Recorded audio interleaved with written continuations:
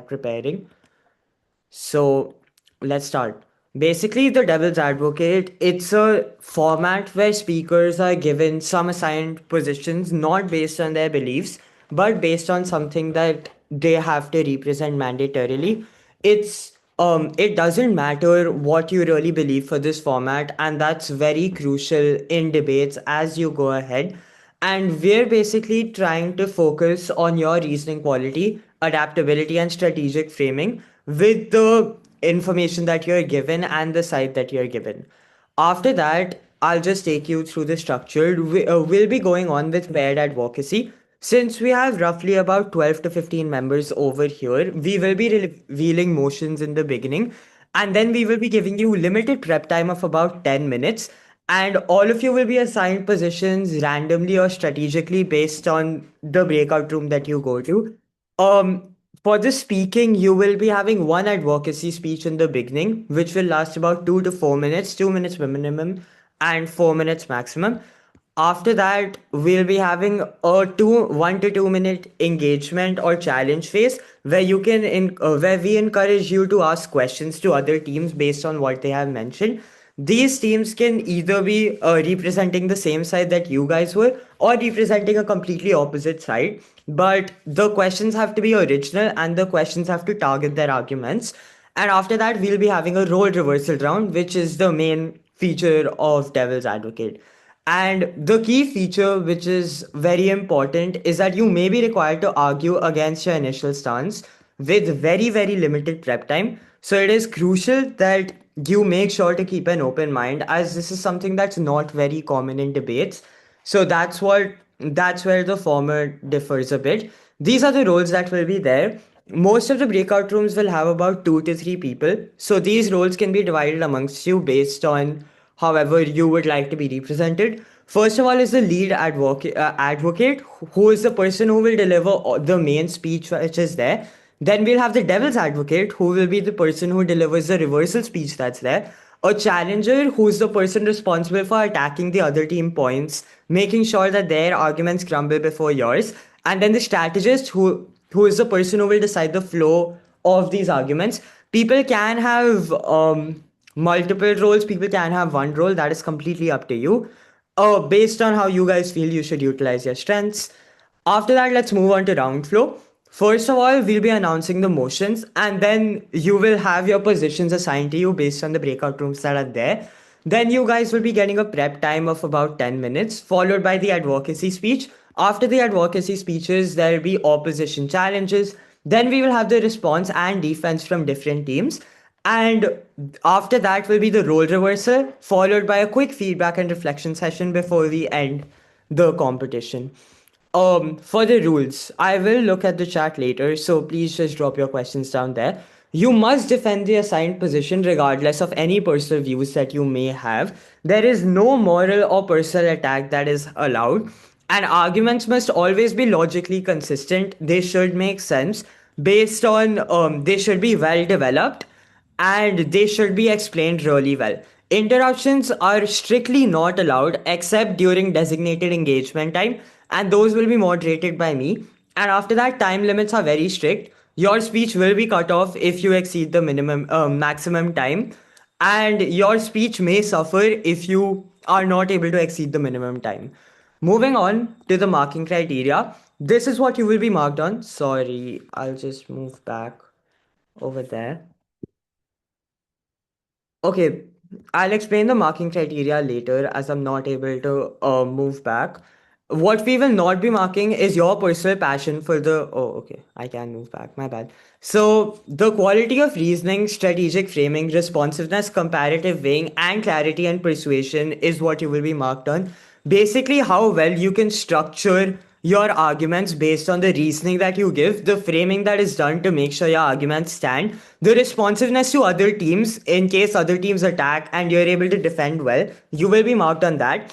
Aside from that, weighing, where you explain how your points stand above the opposition team's points, and also the clarity and the way you persuade us. So, this is where your vocal intonation and those skills come in. And yeah, so this is what we are not marking you on. We're not marking you on your personal passion or any kind of memorized debate templates that you may have. We do not believe that is something that should stand in devil's advocate. And we also want to make sure that your claims stand strict and they are able to stand independently. We do not want any very morally obvious claims like I believe or I think or personally I feel that is something that we are not looking for. And yeah, these are the do's and don'ts. Please make sure that your beliefs and your advocacy are on two different sides. You have to make sure your arguments are based on principles or mechanisms that are there in real life. And you have to be very precise while you're talking about these. Do not argue for what you think would be true and don't dodge any questions that come your way, as that reflects very badly on you, whether through this competition or in debates in general. It is generally not a very positive appearance. So now these are some things that people fail or normally make the mistake of doing while they're participating in this event. They make sure so make sure that you do not fall for these pitfalls that are there. I'll give you a minute to read them.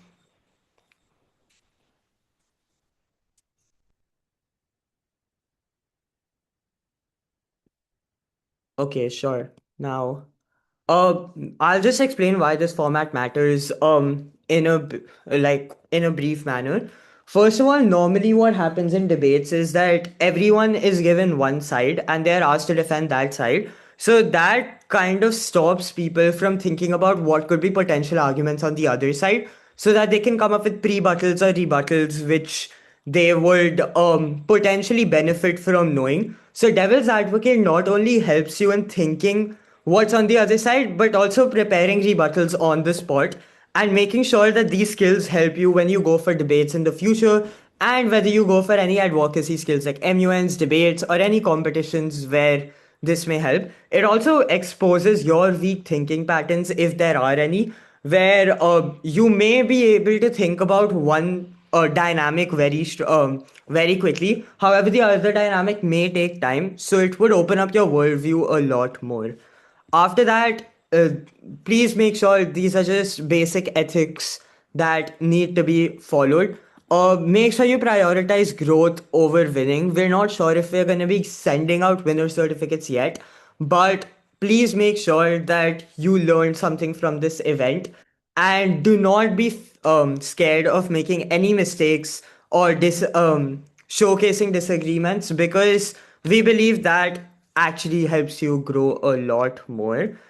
And yeah, thank you. So before we announce the motions, are there any questions? Okay, would it be possible to repeat the details about the roles?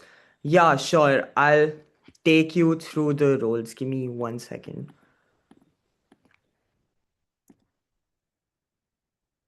Yeah, so these are the roles over here. You can take a quick read through of them. You can take screenshots of them. It is up to you. One person can have multiple roles, but it should not be that one person has no roles because everyone has to participate as this is a team event in the end.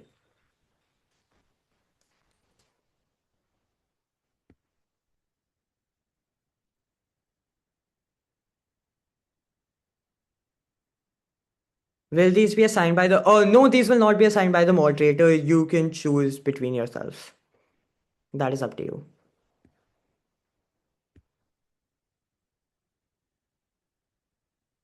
Okay, any other questions that may be there?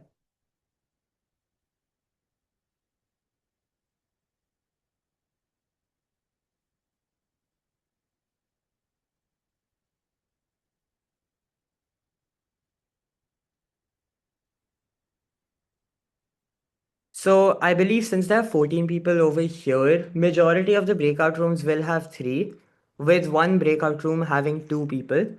So, um, okay, so we'll just be starting that. And since there's one other moderator here, there'll be two breakout rooms with two people.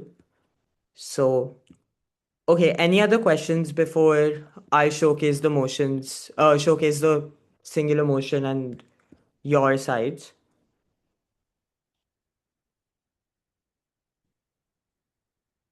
Okay, seeing none, I'll just move on and showcase all the motions. There'll be one motion which everyone will debate for, and everyone's sides will be given. So this is the motion. Please note this down in your notebook. Yeah, please note this down in your notebook or take a screenshot. That's up to you.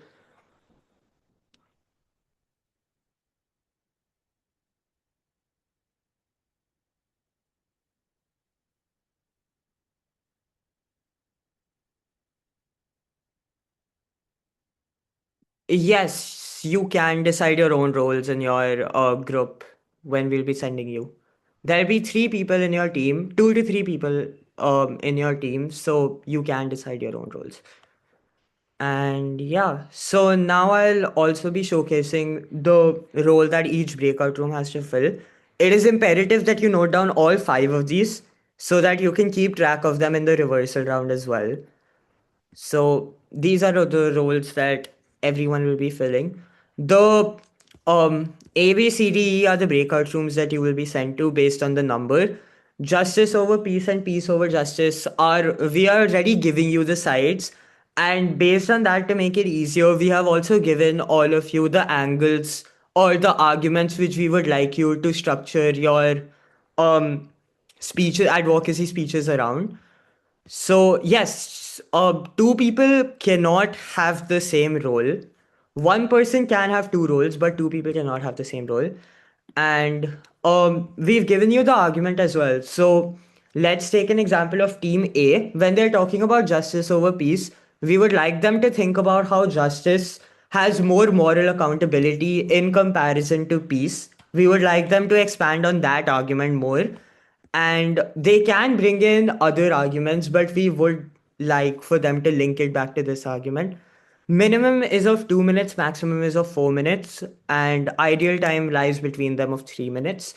So, yes, any questions? Any other questions?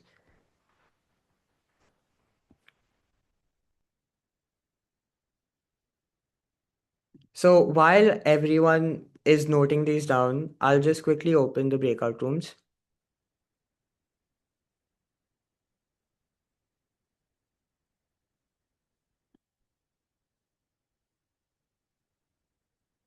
Okay, breakout rooms have been opened. After noting these down, please move into your breakout rooms.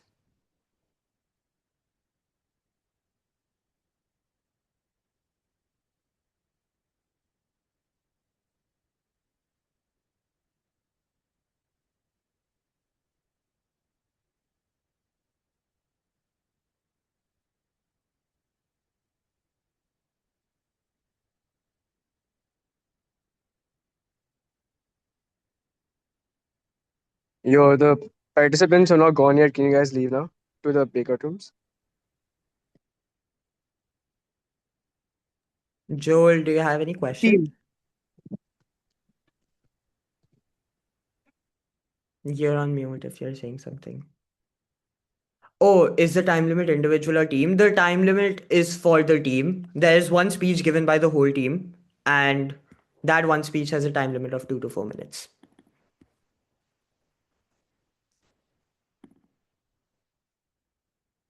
Okay, please move to your breakout room now.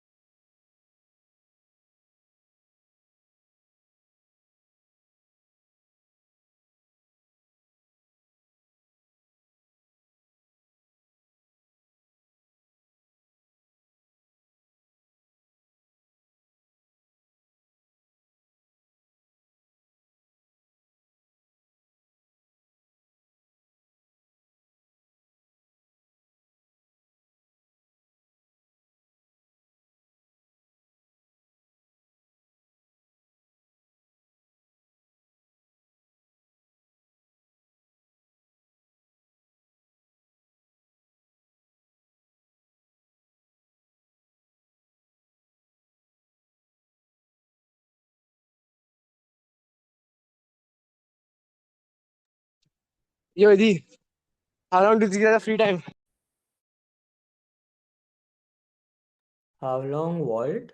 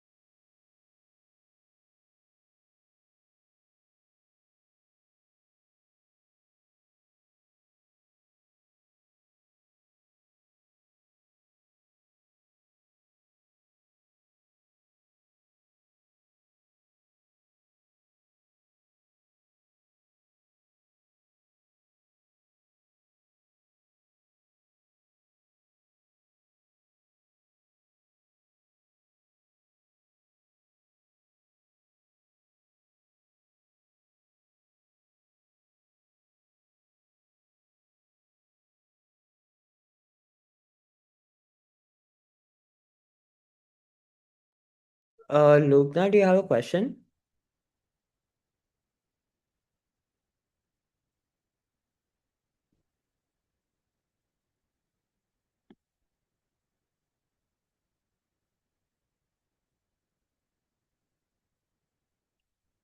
Oh, okay, you're in room two. Wait, I'll just move you to room five, as I believe they have less people.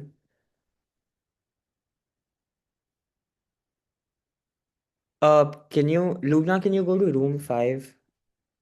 I'm really sorry, but Manan is not a moderator. Manan is not a participant, so Yeah, I'm not.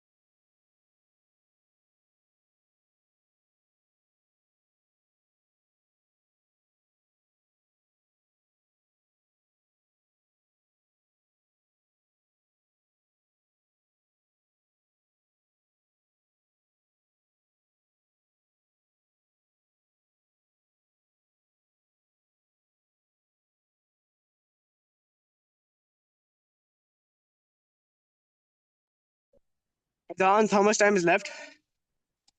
I'm giving them 5 more minutes. All right.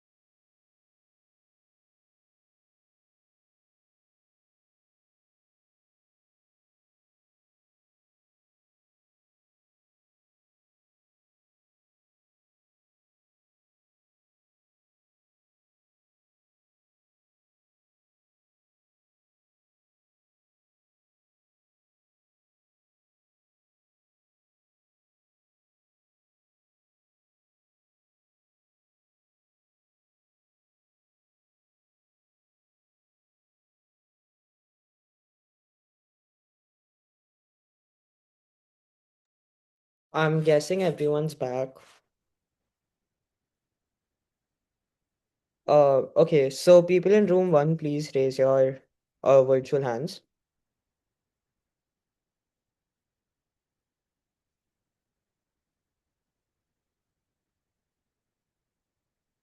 Uh, was there another person in room one with you guys? I believe Fires was in room one with you.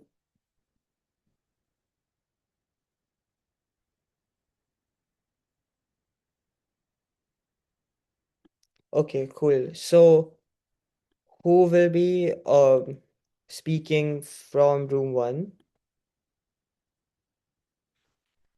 Who's the lead advocate from room one? Please raise your hand.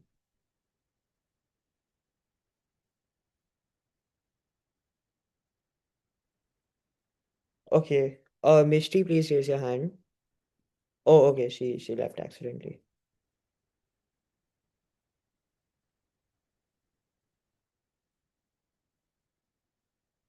Mishti, are you there? Wait. Okay. Oh, you guys cannot unmute, right?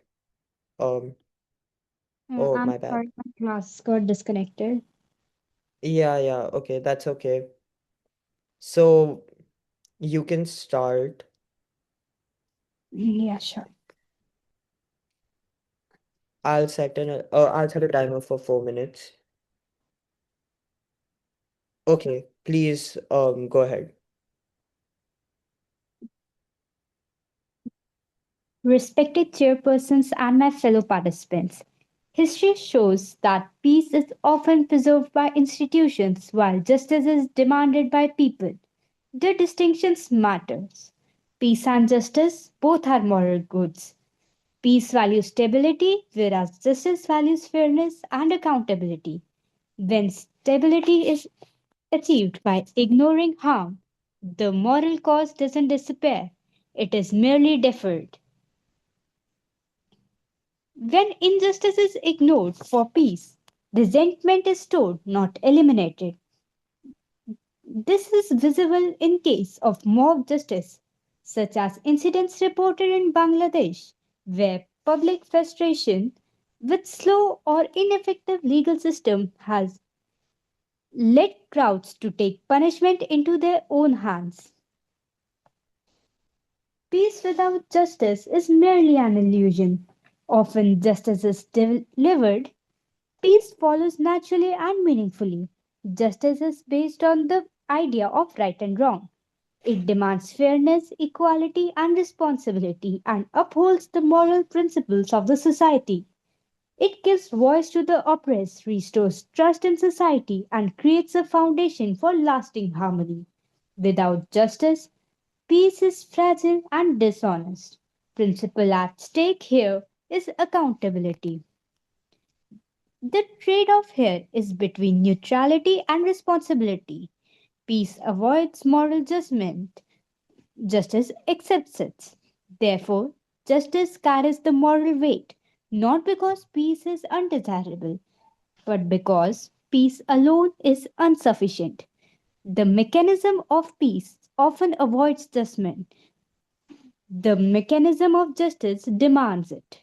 Moral responsibility lies not in avoiding conflict, but in addressing the wrongdoer. Peace is ethically neutral. It can coexist with both justice and injustice. Justice is ethically directional. It actively distinguishes right from wrong. That distinction creates moral accountability.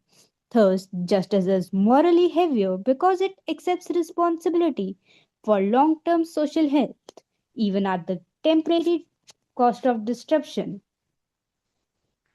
Thank you.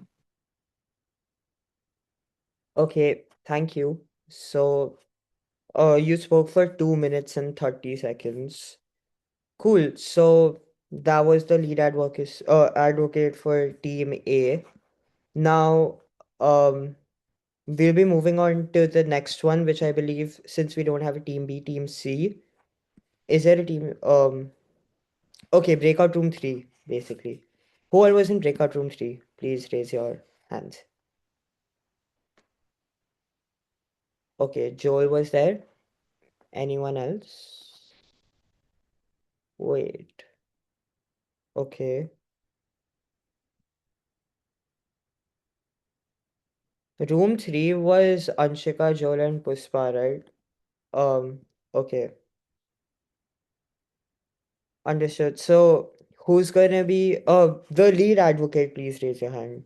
Everyone else can put their hands down. Okay. I'll ask you to unmute. Can you speak now? Oh, Ansika is the lead advocate. Ansika, are you able to speak? Yes, I am. Okay, cool. So I'll be starting your time now. You can start. Oh, don't go on mute because I don't think you guys can. Okay. Okay. Yeah, so you can start. You can start. Please On go the ahead. self count of one, two, and three. We all want peace, don't we? The quiet neighborhood, the predictable life. No trouble and it feels safe. And when we hear calls for justice, big changes to system, to laws, to run things, it seems loud. It sounds disruptive. We can think, can't we just have peace? I get that. I want quiet life too. But I have to ask first, what if the peace we have isn't real? Think of old bridge. It looks fine, it's quiet, nobody's protesting it. But what if it just supports the underneath are weak and rotting? Is it that bridge that actually sounds safe, or it is just the quiet thing until it falls? Our society can be that, like that, a piece built on unfair systems which is just waiting to collapse.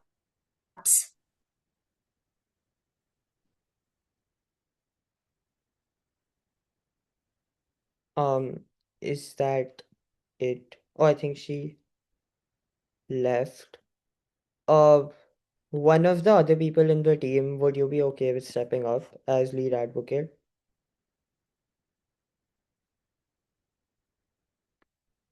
Please raise your hand if you're okay with it. Okay, Joel.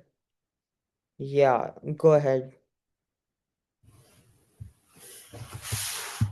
Let me give you a few examples where justice not just ensured structural integrity but also ensured peace. Very recently, the Arjigar case of Kolkata. Nationwide, doctors protested against unsafe working environment. If the Indian government had rushed to ensure peace before justice, the lady doctor would never have gotten her justice. This case not just ensured that such criminals fear the, the law and order of a nation before causing such illegal actions. The Anna Hazare case. It was a motion against corruption. It was a motion against corruption. Anna Hazare, the leader of Aam Aadmi Party, went on a hunger strike. If the government had then given more weight to peace, today Indian system would have been even weaker against corruption. This was the case that led to establishment of Lokpal, which is very essential for people's, not just for people's participation, but also that people are able to gauge the government's accountability. Hence, we asked our case. Justice is indeed more important than peace. Justice ensures structural reform. Structural reforms, in turn, ensure prolonged peace. Momentarily, peace which goes against justice can not be satisfactory.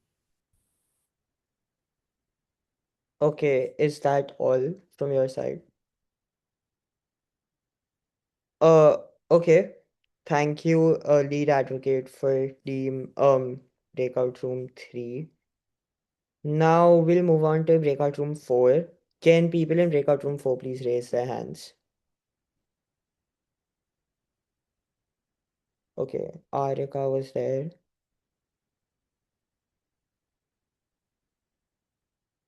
People in room 4.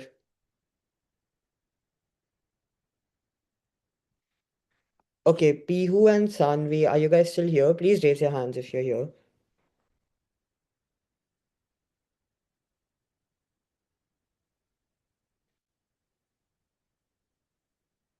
Uh, okay, Sanvi, I see you over here. That's fine. Who's the lead advocate for you, for your group? Okay, Arika, you're the lead advocate. Okay, I'll ask you to unmute. Okay. Yeah, so you can start on a self count. I'll be starting on the self count of 3, 2, 1. Good evening to the House at large. The motion at hand says this House believes that justice is more important than peace. Justice means fairness, and peace means coexistence. Now, I would like to propose a few arguments by saying first, my first argument is the uncertainty of truth makes justice unjust, but for peace, whether true or false, it is not needed. The uh, if so- if a hearing is not true, then justice uh, the, if a hearing is not true, then justice is not justice; it is unjust. My second argument is let's take any war for an example. Both the sides feel they are correct, but if there is peace, there will be no right. There will be no right or wrong, and there will be no right or wrong, and then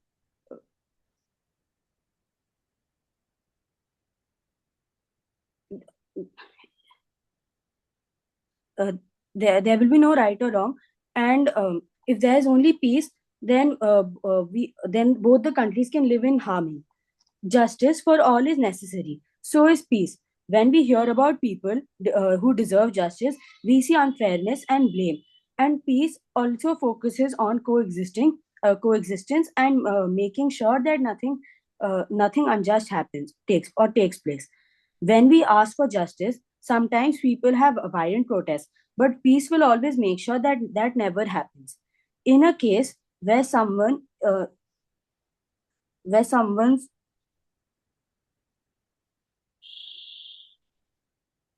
murders someone due to personal dispute, justice is demanded, but the person's life has already been taken. If there was peace, then there would have been coexistence where no lives would have been risked.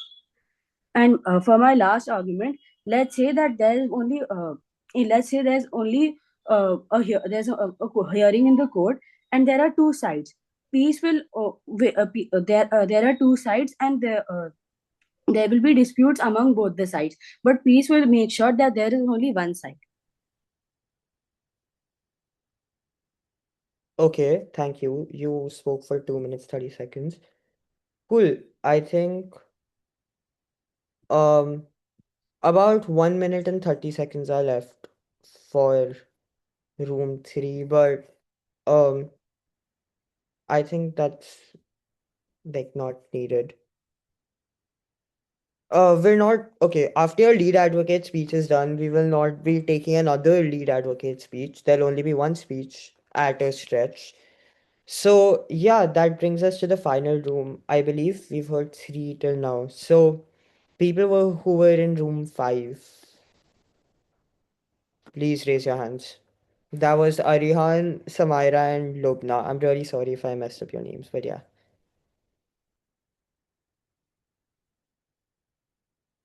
Okay. Samaira and Lubna, if you guys are there, please raise your hands and turn your cameras on, guys.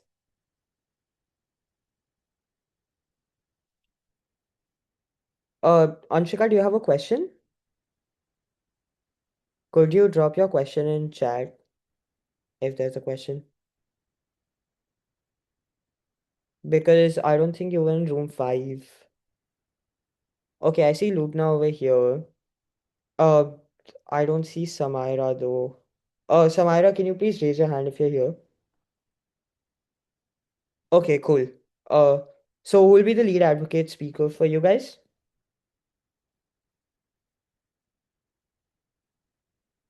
Okay, Samaira will be the lead advocate. Cool. Samaira, I'm asking you to unmute. Can you please?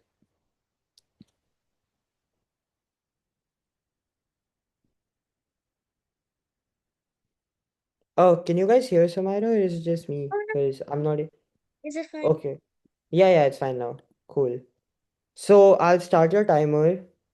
Are you ready? I'll start your timer on your self count. Please give a self count when you start. 1, 2, 3. Justice is long term and peace is short term. Just imagine you're being yelled at by a teacher just for saying that you didn't bring your notebook as you didn't know where it was. And if you keep quiet and say sorry, it would be like you're not standing up for yourself and for what's right. The teachers may be happy with your behavior and be pleased, but that will be only for a short time. But if you stand up for yourself, you would be standing up also for what's right. Most people may be pleased with you for saying sorry and by sitting down. But if you stand up for yourself, you would be pleased by yourself. And that is way more important than others being pleased with you. Maybe if you had not stood up for yourself, the teacher would trouble you again and again and wouldn't stop. And would also maybe cause further issues. And that is why justice matters more than peace. Is that all? Okay, so you guys spoke for 1 minute 20 seconds. For that, I'll give you guys like 40 seconds more to speak. Because there's a minimum of 2 minutes needed. Does anybody want to fill in for 40 seconds? Or between Aryan and Lubna? Any of you who wants to speak for 40 seconds on the topic?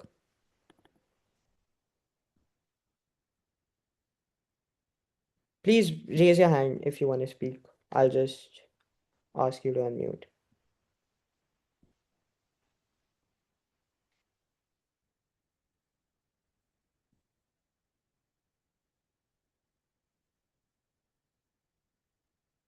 Okay, I can see both of you. So, Aryan, would you be wishing to speak? Just nod your head or not. And Lubna, would you be wishing to speak? Okay, so both of you are wishing to speak. I'll give you guys 20 seconds each. Is that fine with you? Would you be okay with splitting your time? Okay, cool.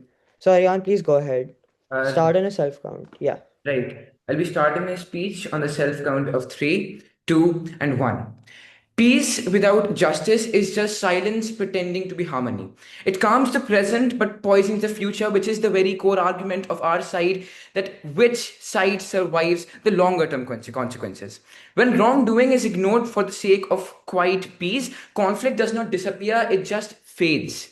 Justice confronts the cause, sets boundaries, and prevents repetition. Peace may pause violence, but justice is what stops it from returning. Okay, thank you. That's your time. Okay, Lubna, you have 20 more seconds to go. Please, start on a self count. Starting the self count. Alina. Starting from self count. 3, 2, 1.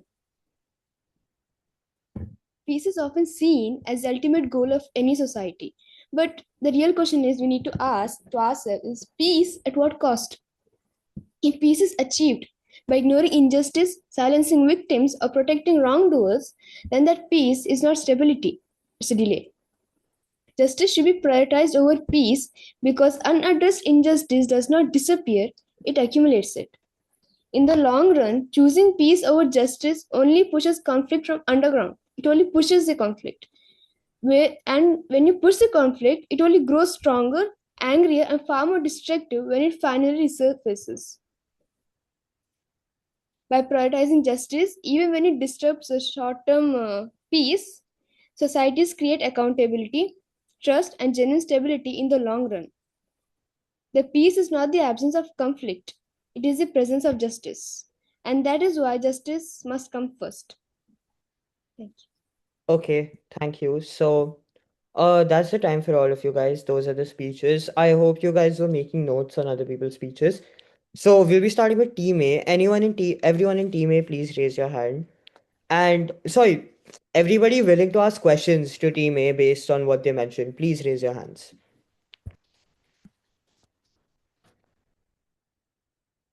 Anybody who wants to ask Team A questions? Team A was the first team that presented.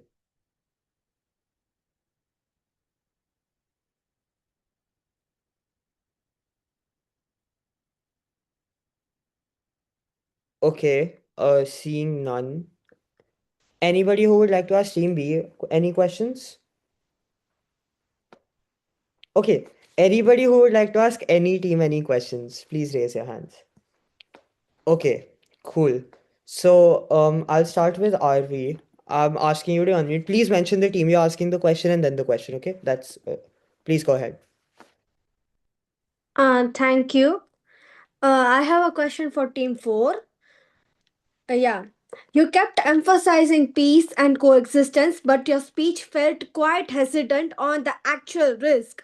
If an institution's only definition of peace is preventing bad things from happening, isn't that just a way to suppress all protests rather than solving problems that cause them?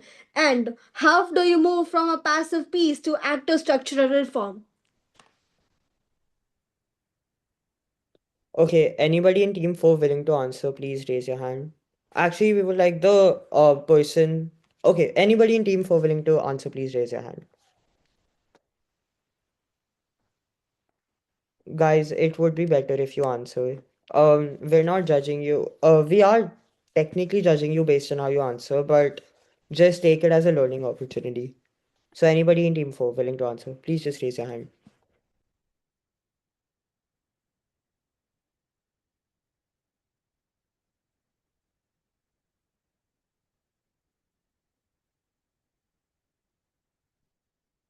Do you guys want her to repeat her question? Okay. Team 4 was Arihan, Samaira, and Lubna. So, Arihan, you wanna answer? Oh, okay, can you repeat the question, please, RV? Oh, what am I doing? I'm sorry. Yeah, okay. Please go ahead. Yeah, so the question is you kept emphasizing peace and coexistence, but your speech felt quite hesitant on the actual risk. If an institution's only definition of peace is preventing bad things from happening, isn't that just a way to suppress all the protests rather than solving problems that cause them? And how do you move from a passive peace to active structural reform? Arihan, are you okay with answering that? Okay, cool. Wait. Let me ask you to unmute. Yeah. So firstly, sorry, I thought we were team 5 and we were team 4, so extremely sorry. To answer rebuttal, Speaker, our entire case was basically based on justice over peace, and we did not really emphasize peace because for us it was a disadvantage because it would not really create any substantial advantage in the longer term. Our entire case was based upon peace that ignores injustice, creates short term calm, and only prioritizing justice can provide us with a substantial advantage that would really help our world in the longer term. Unaddressed harm hardens into mistrust among the entire community, which would destroy the very democracy that our country stands on in the longer term. So we did not really emphasize peace in any point of our entire speech, by the way, and yeah, that was basically a case that we were prioritizing justice over peace in the longer term. We were not really rejecting peace outright, but we were also not towards the side of prioritizing in the longer term because it would not really have good consequences. That's that. I hope that answers the question. Okay, cool. RV, was that the team you were asking, or were you asking room 4? Because I think that is one confusion that everyone will have.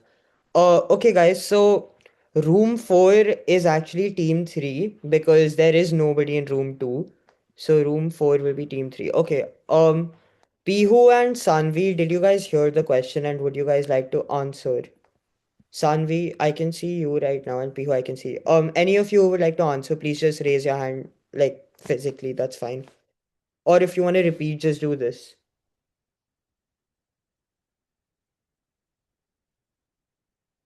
Pihu and Sanvi, I'm asking. Okay, you want to start? You want to answer? Okay, sure. I'll ask you to unmute. Go ahead. Okay, so answering the question, first of all, you're right that peace can be weaponized if defined merely as preventing unrest, if or suppressing dissent. But that is not what we are advocating. Peace in this context is not the absence of protest, but the creation of a stable environment where grievances can be addressed constructively. Okay, and here peace means a functional societal framework where institutions can investigate rather than a superficial calm imposed by fear. So once this stable environment exists, the society can pursue structural reforms from legislative changes, accountability mechanisms without causing additional conflicts. So that's what we're advocating. I hope that answers your question. Okay, sure. We won't be taking counter questions. I'm sorry. Or follow-up questions. Okay, anybody else wishing to ask questions, please raise your hands. Okay. Joel, yes. Please mention the team. Okay, Joel, do you still want to ask your question? After Joel, I'll take you, please. Okay, please go ahead. My question would be for the third speaker, which would be Team D. Okay, sure. Let me confirm. That's Arihan and Lubna's team, No, right? no, no, no, no. Third speaker. Okay, the third speaker. Please go ahead. Sorry. Okay. In your speech, they mentioned that peace is basically coexistence, and they said that if in a peaceful, a murder would never happen in a peaceful society. But do you really think peace is such a condition, such a stationary condition can exist in society where grievances would not even occur? And if such grievances occur, how will this peaceful society ensure justice if they wholly reject the idea of such occurrences? Okay, a person wishing to answer, please raise your hand. I guess this was targeted at Pihu and Sanvi as well, right? Okay. Yeah, so any of you wishing to answer, please raise your digital hand or like physically raise your hand. Oh, you want to? Okay, can you please repeat the um actually for room 3 we I think Joel took up your lead advocate speech, so she was able to finish that.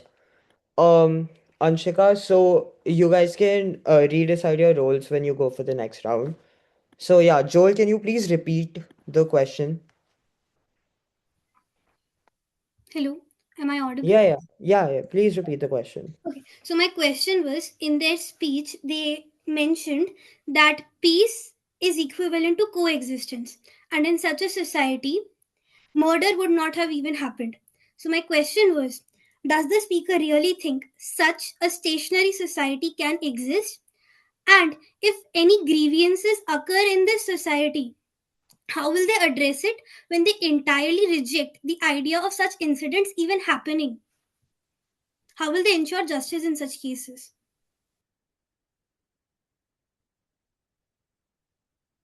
Okay, yes, Pihu, go ahead. Yeah, okay. Peace is not denial of justice, it is a condition that allows allows justice to be accurate and mature. A peaceful society does not mean a society without grievances or crimes. Peace means managing conflicts without rushing into irreversible punishments. Grievances are natural in any society, but the question is how we respond to them. If the truth is uncertain, rushing to enforce justice can punish the wrong person and create deeper conflict and resentment. Okay, thank you. We'll be taking the last question from Faiz. I'm sorry, I'll ask you to unmute.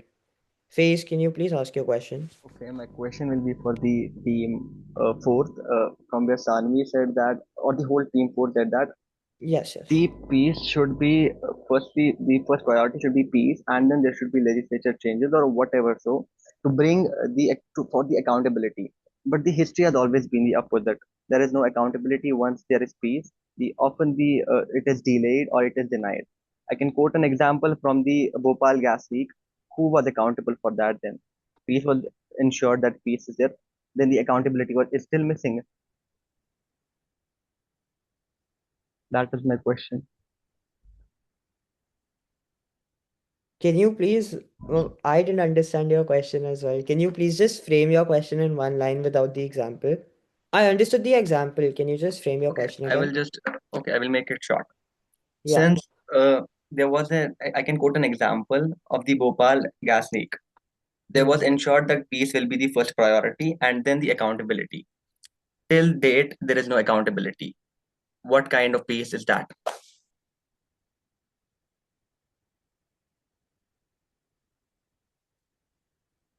Any of you wants to answer? Please raise your hand.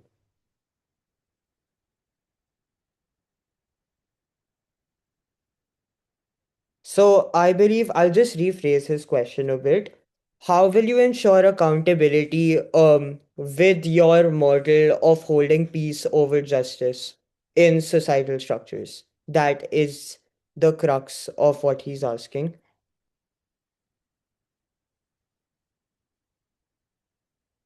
Basically, how will you ensure accountability?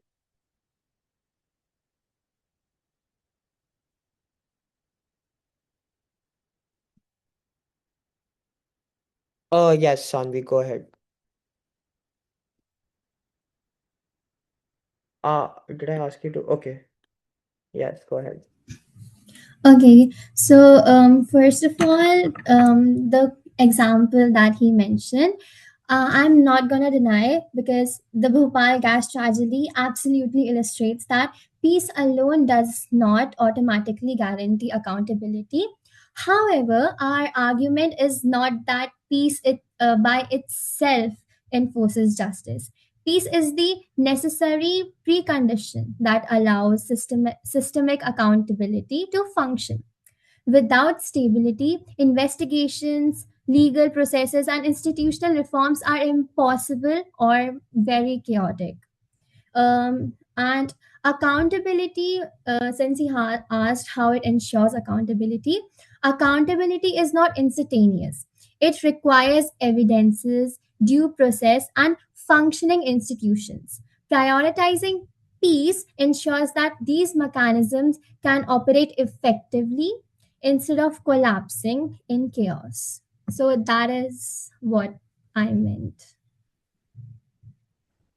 Okay, thank you so much. Good answer. Anyway, so any other questions that are there, please raise your hands. I don't think anybody should have any more questions, so we'll move on to the advocate round. So now this is where the devil's advocate role comes in. I'll be showing that to you guys in a minute. Give me one sec. Okay, so all of you gave brilliant speeches with 10 minutes of prep time about your side.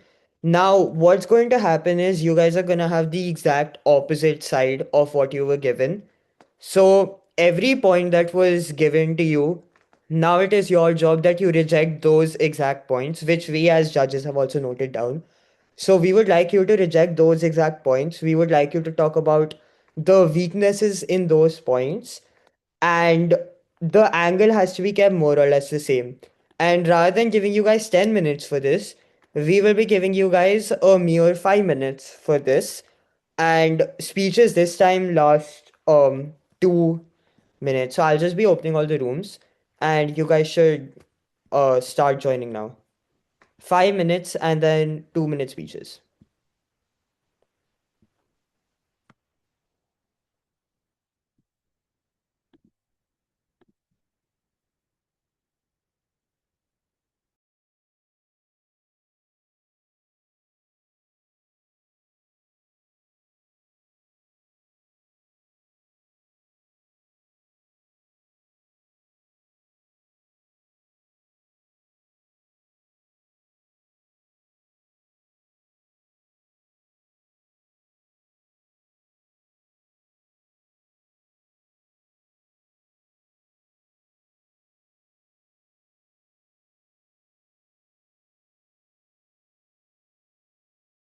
Oh, yes, Anshika, please go ahead. Oh, yeah, please go ahead. I'm not able to join the room. Sure. I guess can Manan, since you're host, can you move her to a breakout room? Which one should I move it to? What was she part of?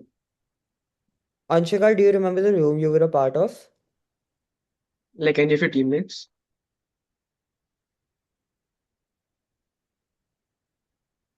Okay, Mishti, I'll move you to room. Oh, wait, Anshika, I have to ask you to unmute. Yeah, okay.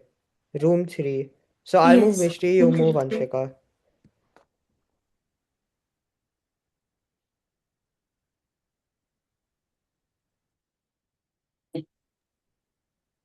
Uh, RV, do you have a question?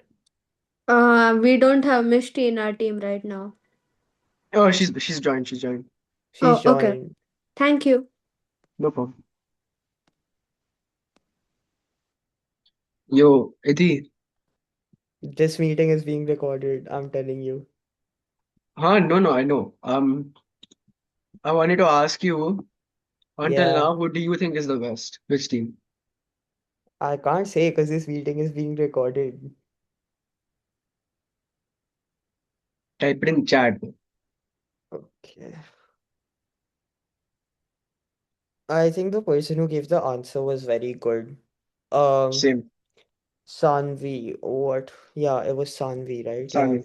So room 4 was very good. And Joel asked a very good question. So it's between room 3 and room 4. And Aryan, What was Joe's question again? you weren't there. I do not remember the exact question, but it was good. And Aryan also had a very good answer, like at par with Sanvi. So honestly, I don't think we should be giving winner certificates for this. Because I don't think we should be giving we have 12 people. So Oh if we yeah, had 15 like people. yeah, we can give participation certificates, but winner certificates, I mean, I don't think it's a good idea.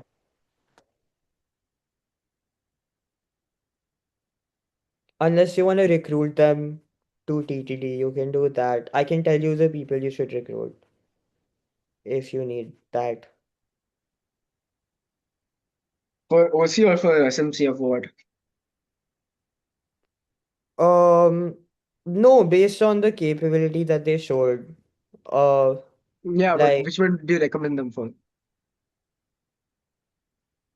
they're okay with I can't tell who is good for SMC because you can't see the creativity that you need for SMC on like the speeches, but Sanvi would be very good for that. I would recommend Aryan for OC. Aryan and Lubna, they would be good for OC. Sanvi would be good for SMC. I mean, it's still up to you, but that is just something that I felt would be helpful to TTD in general. Alright. Okay. So,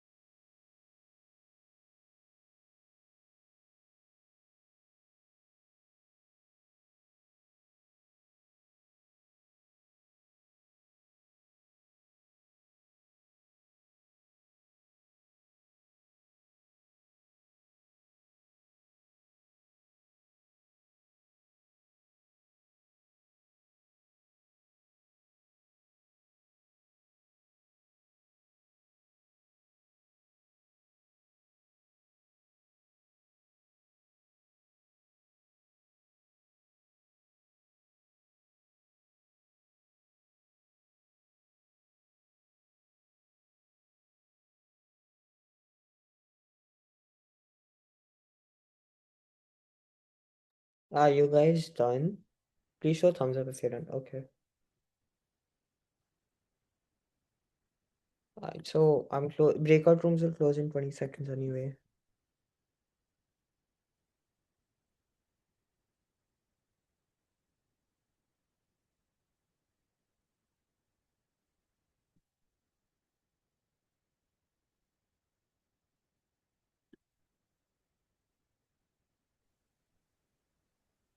Okay.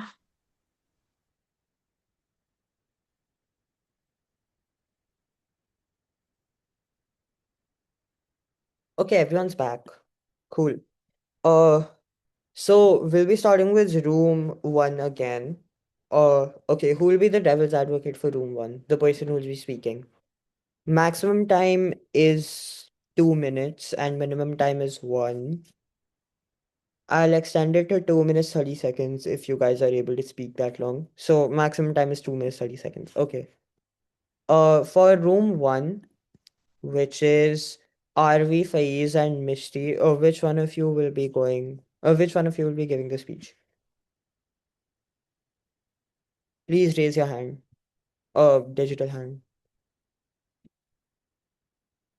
Okay, Faiz. Cool. Faiz, can you unmute?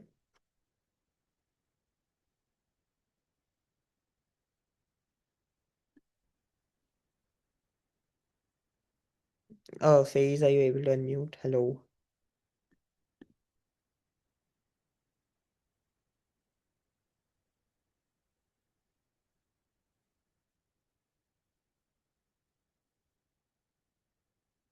Faiz, can you? Okay.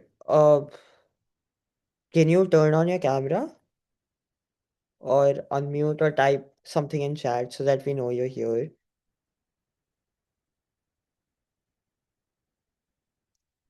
Okay, okay, you're here.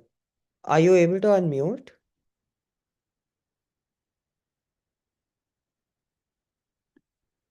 Just a simple yes or no in chat would work. Okay, Manan, can you ask him to unmute, please? Faiz Mahmood.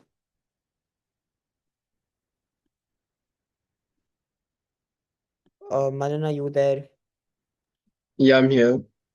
Please ask Faiz to unmute. I don't think he's getting my request, so All right.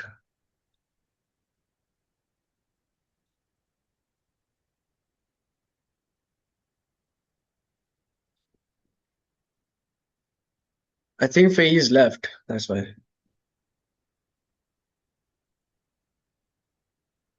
oh, he left. Okay. Anybody want to yeah, must be rejoining. Okay. We'll be waiting for 3 more minutes or 2 more minutes. After that, if Ace doesn't rejoin, then one of you will have to give it in his place. Hope that's okay. Okay, sure.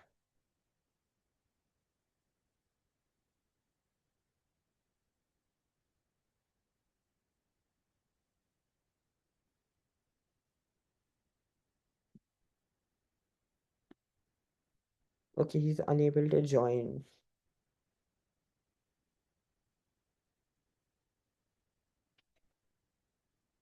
Manan, did you accidentally remove him? I do not think so. Can you message him in chat and figure that out? Till then, One second. I guess RV, you can go ahead. No, just 1 second. Just 1 second. Okay, okay.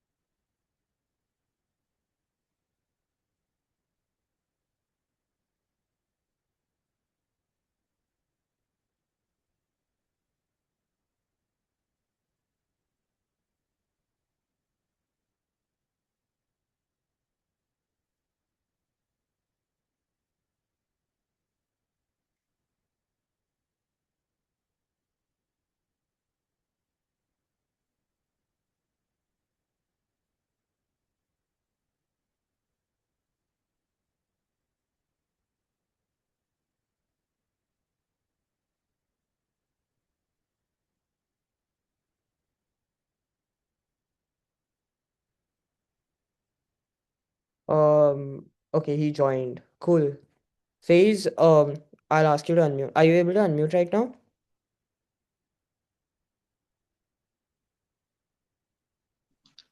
Okay, so I just Okay. unmuted. Okay.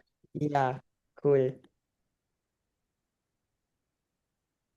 Sorry, RV, RV but is going to speak first. who wants to go ahead, guys? RV. Okay, RV, please go ahead. Yeah, thank you. Friends, my colleagues have argued that peace without justice is an illusion. They suggest that unless every word is right, peace is fake. I am here to tell you that the opposite is true. Justice without peace is a nightmare. We must address the uncertainty of youth that we see today. Youthful passion demands immediate justice, but that uncertainty can make justice unjust because it is reactive and emotional. True justice requires a foundation of stability. First, we must prioritize coexistence in any conflict or war. Both sides feel correct in their own point of view. If we allow everyone to chase in their own versions of justice, we get violent protests and chaos. The role of the institution is to say, stop fighting first. Peace is the contract that allows us to move from the streets into hearing in a court. Second of all, we must manage risk. When we face something as heavy as a murder, the risk to society is not just the crime itself, but the cycle of revenge that follows. A criminal case isn't just about a punishment, it is about taking the risk out of the hands of people and putting it into the hands of law. This is how peace makes nothing bad happens to the rest of the community while we figure out the truth. Finally, peace is the highest moral accountability. It is easy to demand justice when it means punishing someone else.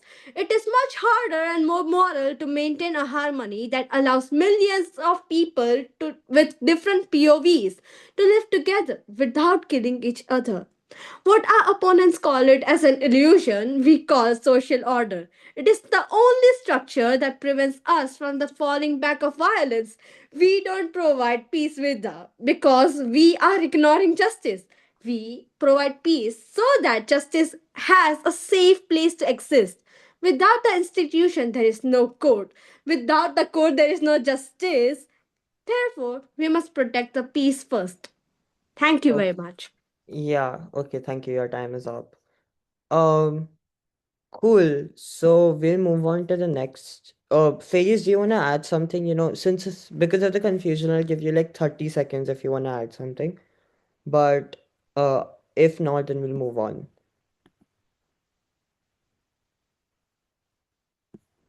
Okay, so I will just add an example to support her claim. Okay, sure. It will be Please go very ahead. simple. When there was bombing, the train bombing in Mumbai, 26 men were convicted. So that there is the so that justice accountability is there, and recently they have been released because they have been given a clear signal, green signal, that they were all uh, falsely accused. So what kind of peace or what kind of accountability is that? You just to you just to provide justice, you need to uh, you need to lock up the innocents. Okay, thank you. That's all we'll be allowing.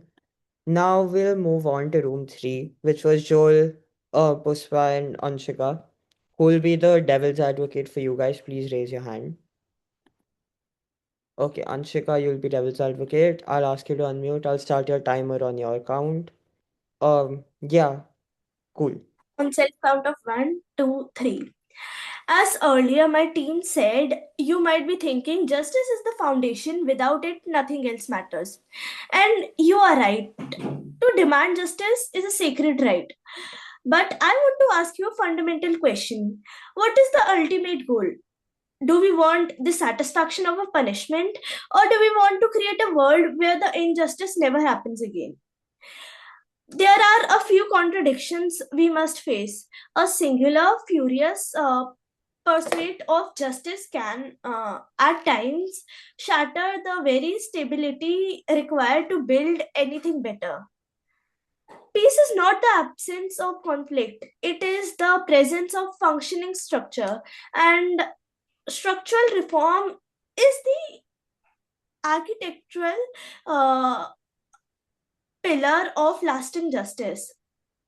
Let me explain with two pillars of evidence.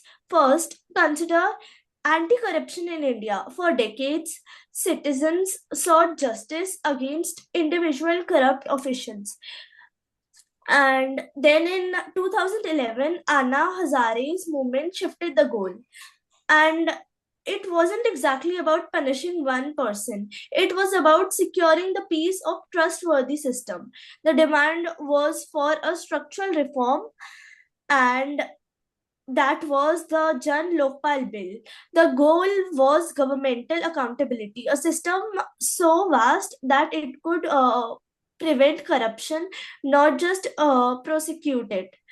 For the second point, we might consider a horrific crime. A doctor is raped. The public outcry is immense, and if the government is in a rush to ensure public peace and opts for hasty trial and swift execution to calm the situation, what has happened? The case is closed, and public anger over the time subsidized. But the deep systemic failures, poor policing, and the victim is initially unaddressed, the appearance of justice had traded the chance for real, the structural reform. The true peace requires the harder path, fixing those broken systems so that the next victim is not just denied by the justice by a state of eager for quiet than for truth. Your time is up. I'm sorry. Please finish your sentence. Uh, so where does this leave us? It asks if do we need the satisfying spark of retribution or the enduring light of prevention? Thank Okay, you. thank you. That was for room 3. Now we'll move on to room 4, which was Pihu and Sanvi. Please start, like, yeah, you guys can go ahead. Who will be the devil's advocate for you? Please raise your hand. Okay, Sanvi, you'll be devil's advocate. I'll ask you to unmute, start on a self count so that I know when to start your timer. Yeah, you can start. Okay, 3, 2, 1, go. This motion assumes that justice is always clear, but truth is rarely absolute. Evidence is messy, and hasty actions risks in irreversible harm. Justice operates on the assumption that truth is accessible and objective. In reality, truth is frequently mediated by power structures, incomplete evidence, and cognitive bias. Under these conditions, justice risks becoming arbitrary rather than fair. A clear real world example of prioritizing peace over immediate justice is post apartheid South Africa. After decades of systematic racial injustice, evidence of human right violation was often fragmented or incomplete. Aggressive, aggressive retributive justice could have reignited civil conflict. The Truth Reconciliation Commission prioritized peace, letting truth emerge gradually so that justice could be sustainable rather than performative. One might argue that that urgent retributive justice could have punished the perpetrators faster, preventing some harm. However, hasty actions risked escalating conflict and producing further justice. Peace here is not avoidance, it is the scaffolding on which lasting justice can be built. It could also be argued that swift justice sometimes deters wrongdoing. Yet, without peace, enforcement is selective, biased, or undermined by chaos. Justice in a vacuum is often symbolic, not enforceable. So, to conclude, truth is uncertain, justice is fragile and societies are complex. Prioritizing peace over justice is not moral indifference, it is ethical foresight. Without peace, Justice cannot endure. With peace, justice can finally be real. Okay, your time's. Okay. Thank you. So, now we'll be moving on to the final room, which is room 5, which is Arihan, Samaira, and Lupna. Can you guys, who will be the devil's advocate for you? Please raise your hand. Okay, you'll be devil's advocate, Lupna. Understood. So I'll just ask you to unmute and just start your timer. Just start on a self. So counting three, two, one. Peace is often presented as the ultimate goal of society. We are told that avoiding conflict keeps people safe and maintains stability. But the real question is not whether peace is desirable, it is whether peace without justice can ever last. When justice is sacrificed for peace, injustice does not disappear, it is merely hidden. Victims are silenced, wrongdoers are protected, and resentment quietly builds over time. In the long run, this creates a society that looks calm on the surface but is deeply unshakable underneath. History repeatedly shows us that unresolved injustice eventually erupts into larger, more violent conflict than the one that was initially avoided. Prioritizing justice may disrupt short term peace, but it creates accountability. It sends a clear message that harm has consequences and that it sends a clear that the harm has a consequence and the institutions can be trusted. Without justice, people lose faith in systems. Without justice, people lose faith in systems meant to protect them. And when that trust breaks, peace collapses entirely. True stability cannot exist where people feel unheard or oppressed. Some argue that peace is necessary for justice to function, but peace built on fear, silence, or compromise with wrongdoing is not peace, it is delay. Addressing injustice early, even when uncomfortable, prevents deeper divisions and future violence.